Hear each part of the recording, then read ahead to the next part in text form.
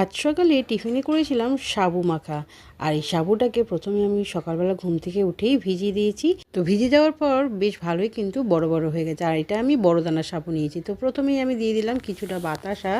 আর আমার ছেলের পেটটা ঠিক নেই, ওই জন্য কিন্তু আমি সাবু যেন আজকে টিফিনে করেছি।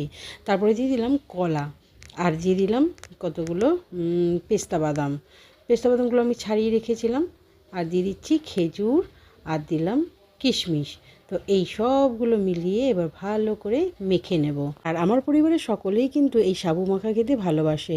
আপনারা চাইলে এর মধ্যে কিন্তু দুধ এবং নারকেল কুড়োও দিতে পারেন। আমি দিইনি, যেহেতু আমার ছেলের পেটটা ঠিক নেই।